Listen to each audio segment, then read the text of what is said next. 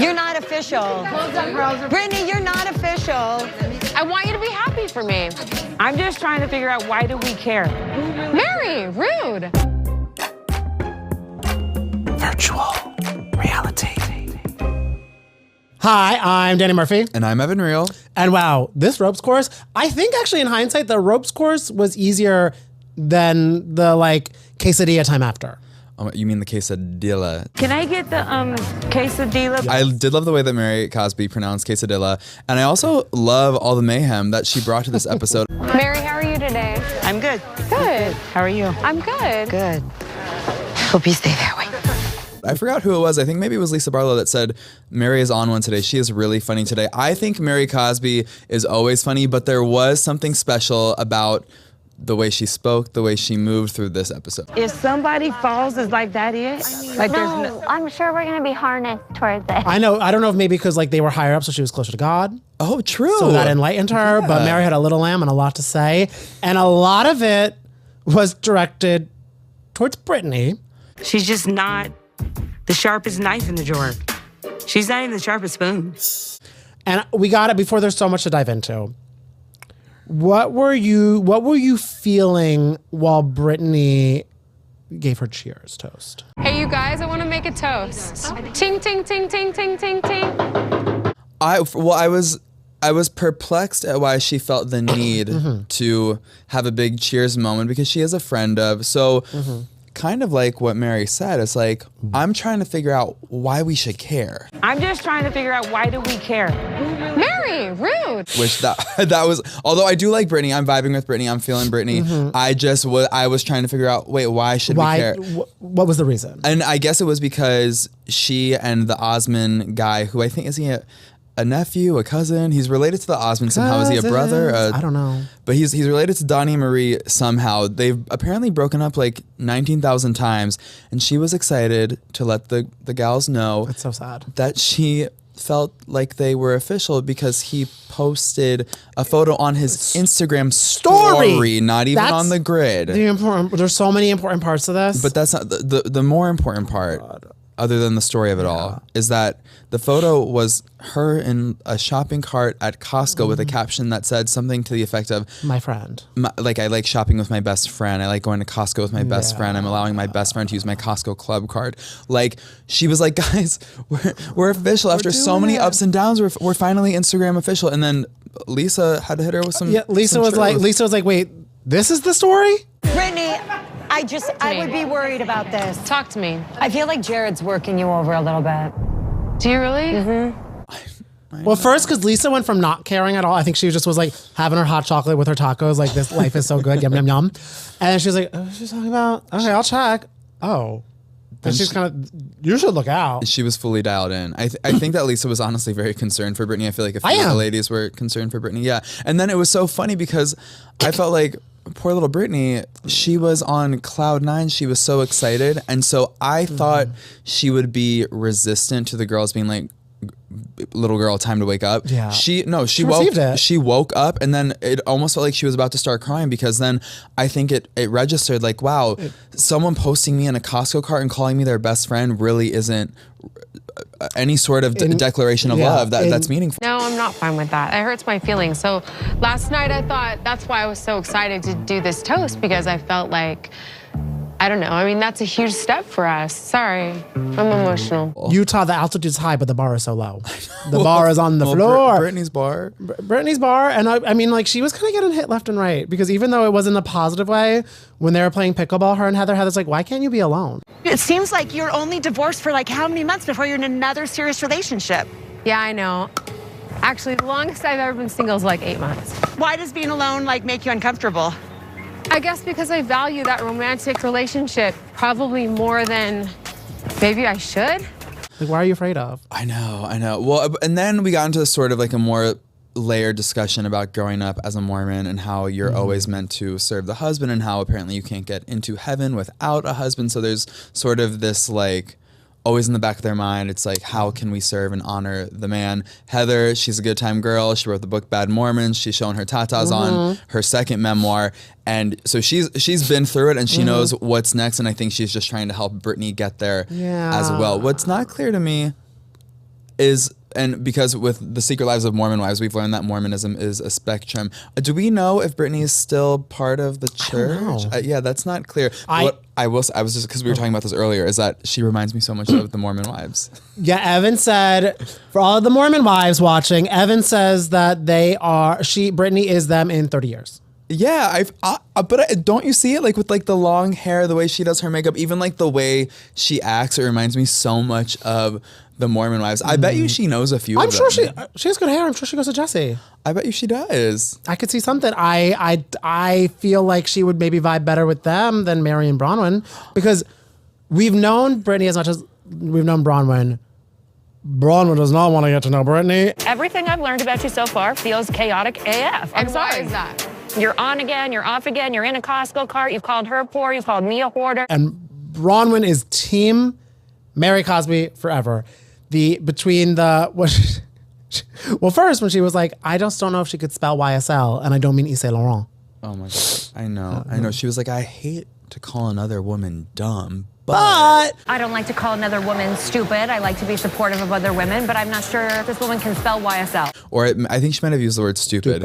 Stupid, dumb, same thing. I know that was pretty savage. I think Britney would be able to spell YSL. Yeah. I think she's got it. Like Cardi B said, the only L that she gets come after YS, because she doesn't lose. Maybe Britney doesn't lose. And maybe that helps. Maybe if Britney's a Cardi B fan, she was like, oh, that's how you spell it. Do you know what I thought was interesting is that the way, because like I feel like all the new girls, when they enter a franchise, because now we have 3 new girls. We have Britney and Maylee, who are the 2 new friends of Bronwyn. She's full-time. It always feels like typically the new girls band together instead of create conflict. So I was so shocked at how hard Bronwyn came for Britney. But I will say, I don't know if I'm taking sides yet. I don't know if I'm on a team, but I love the term "get your words right, get your words tight." Girl, get your words tight. Oh, I did like that. Bronwyn, if you're watching or listening, like I love that. Like put that on a t-shirt, put that on a mug. I'm buying it. I don't know if we could afford Bronwyn shirts. Oh, I know. You know what I mean? She's rich. I mean, she was rich. She was talking about her husband was the former CEO of Palm Pilot. Palm, yeah. I don't even know if she's old enough to have ever used a Palm Pilot. I don't think so. And you know how I know she's rich and Bronwyn? I say this with love.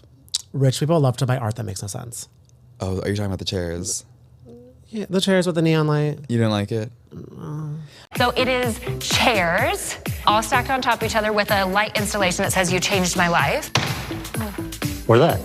There's a version of this in the Guggenheim, and it's experimental and new. I thought it was kind of a flex. So like if you have enough room in your house where you can just put a pile of chairs with a neon light and like it's not going to take away from the space in your home. As someone who lives in a 600 square foot home, like I wish, pray, hope, desire, dream, and pray to have a moment where I can just throw a pile of chairs in the corner and just buy chairs, stack them. And say there's like a version of this in the Guggenheim, I think she said. What's it? I think she said that. Yeah, is that not I don't true? like our sales associate's duping Bronwyn, like, because she keeps on saying things like, turn this, and I'm like, I know, she's like, this is in the Guggenheim, this was on Rihanna. Yeah. And I'm like, I mean, there was a photo of Rihanna, but like when she's like, there's like only one of these chair statues were made. I'm like, I'm sure the artist made it and was like, oh.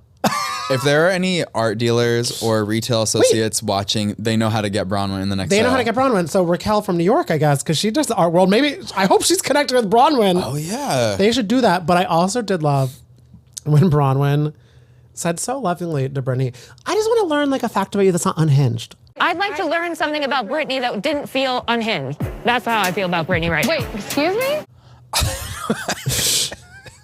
I know. I do know what. Now that we're really talking through it, Bronwyn has a way with words. Get your words right, get your words right. And I want to learn something about you that is not unhinged. Look, I think that it's so funny because Britney overall, she has a peaceful vibe and a peaceful energy, but every aspect of her life that she has chosen to share on the show so far is very It's a lot going on. Chaotic, yeah. But do you know what I want to defend Britney for a second because in her fight with Mary from last week, when she was like, I also grew up poor, she said that after Mary said, I grew up with nothing. I think the natural next step in one's mental roadmap is to think that you grew up poor. However, Mary did explain in this episode it wasn't about having nice things or a lack of money. It was that I didn't have my mom around. Yeah. She had 5 kids that she didn't care about. She just cared about men. So I think seeing Brittany caring so much about this Mr. Osmond and probably hearing about that compounded with her, I guess, suggesting that Mary grew up poor is now, that's a wrap for Brittany and Mary. Like, it just reminds me of my mom. My mom, like, she cared about having a man, but she forgot she had 5 kids at home. And those 5 kids at home was not even fed. We were running loose. We had no disciplinarian. We had nobody watching over us. We didn't even feel like we were loved. Brittany watching that confessional, I think would help make Mary make sense to her about why she's coming on hot at her. She's like, okay, because I think Brittany would receive that to be like, that could be a quality of me that I need to work on. I think Brittany is a receptive individual. The way she took everyone's concerns about her relationship, like I think she's here for the resolution, but is somehow creating so much conflict. How much Costco bread do you think's in a purse? I don't. My favorite line, like, well, she had to do it recently. Babies don't have purses. Babies could have purses, and babies should have purses. That's true. That is true. Yeah. Well, Baby Gorgeous. Baby Gorgeous, yes. Lisa and Angie K. You guys were like, it felt like a gang up, you three. You, Heather, Meredith. I don't feel like it was a gang up. I know. What did you think The of fight, that? it was like, I love that. It honestly, in honor of Angie K, it was kind of like a Greek choir of fights. Everyone was fighting. Yeah. I live for Lisa just saying, I'm not changing. This is how I move my hands when I talk. This is how I am when I'm passionate. I am me. I'm not changing. I'm like late 40s, and I'm like Lisa Barlow. This is it. This is what you get. And she's like, I'm 40. I'm in my 40s. Late 40s or whatever she said. You can hate me if you want to hate me. I am who I am. I'm authentic, and I love it. And that's how more people should be in life. Everyone should be like Lisa Barlow. She loves herself so much. The self-confidence is absolutely there. The self-love is absolutely there. And she's going to also let you know, I'm not yelling. That's how I talk. I never related to anything more. Because I'm just so loud and I'm moving my hands. I'm like, I get you on a fundamental level, beverage in hand. Like, Lisa, I have your number, Barlow. I did love Angie K's like outfit to walk into that though. The slow-mo with the pink. Yeah, she did look really good. Yeah. I feel like most of the girls are serving looks this season. Yeah, I think, right? What, you're not? Yeah. What? Who are you thinking is not? There's someone on your mind. You're like, I don't agree. I'm trying to well, I don't, because like I want Bronwyn to come in and talk to us. I just didn't love her jacket when she went to Angie K's. Remind me of what it looked like. And Bronwyn, I'm saying this as someone, I wore a cute shirt that I was obsessed with, and 3 people told me it looked like Roseanne's couch. And I'll show you the shirt when you come in, I hope. It is a cute shirt. It was cute. I didn't think Roseanne's couch when I saw it. Yeah. But I don't think so either when I bought it. But I saw 3 people tell you that. Well, first they were like, Roseanne, and like, look at my features. I was looking inward. And then they were like, oh no, you don't look like Roseanne. You look like Roseanne's couch, which I don't know. I would rather look like Roseanne's couch than Roseanne. Come on now. That's true. Yeah. Again, the bar is, I'm now Brittany. Guys, they just call me a couch. Now I'm like, wait, am I married to an husband? Not married. The blank, it was giving like old blankie, like vintage blankie. Okay. Well, But you know what I will say? She's one of few people I've seen flawlessly pull off a bob. Yeah, her bob work is really, really good. When it's a side part, when it's a middle part, it looks really, really good on her. I'm not normally a fan of bob. I'm not a fan usually of bobs either, but I love that one. And I'm now looking up asymmetrical sweaters. Oh yeah. But I know someone's gonna call. I'm sure Roseanne has a chair like that too. The asymmetrical sweater was really nice. They're gonna be like, look at the All in the Family blanket. I'm like, what? Like, how am I only talking to people with like 70s references? I know Roseanne was the 90s. Okay, well, back to Angie and Lisa. I'm like, where are we? I was, I guess, not shocked that they didn't find a resolution. I mean, they were able to exit the dinner sort of or the lunch or meet up in peaceful terms, but it was like, bye Angie, bye Lisa. Like, I'm out of here. And then things were still kind of tense at the ropes course. Things were still tense at the Rose Corps between them, and now things are tense with Whitney and a lot of people. And Heather, how do you feel about Heather defending Brittany by kind of like, I think Heather, and she even said this in a confessional, she's like, I hate so much that I brought Brittany into this. Like, shit, I gotta deflect. Bronwyn, you're talking a lot of stuff.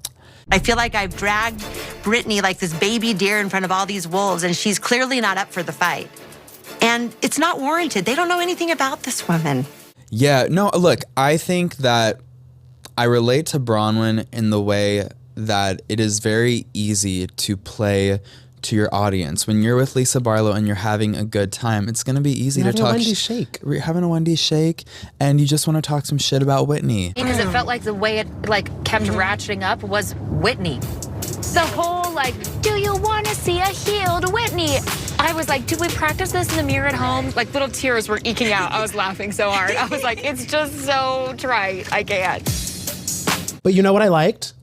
When Heather did that as a mic drop, and then Bronwyn was like, I said that to Whitney. Whitney's like, oh, she told me that. And we cut to Bronwyn in the car with Whitney, literally telling her I was laughing, were you practicing in the mirror? Right, exactly. So that's the thing too. It's you play to your audience, but then Bronwyn did acknowledge that she is being truthful and authentic in all of these interactions.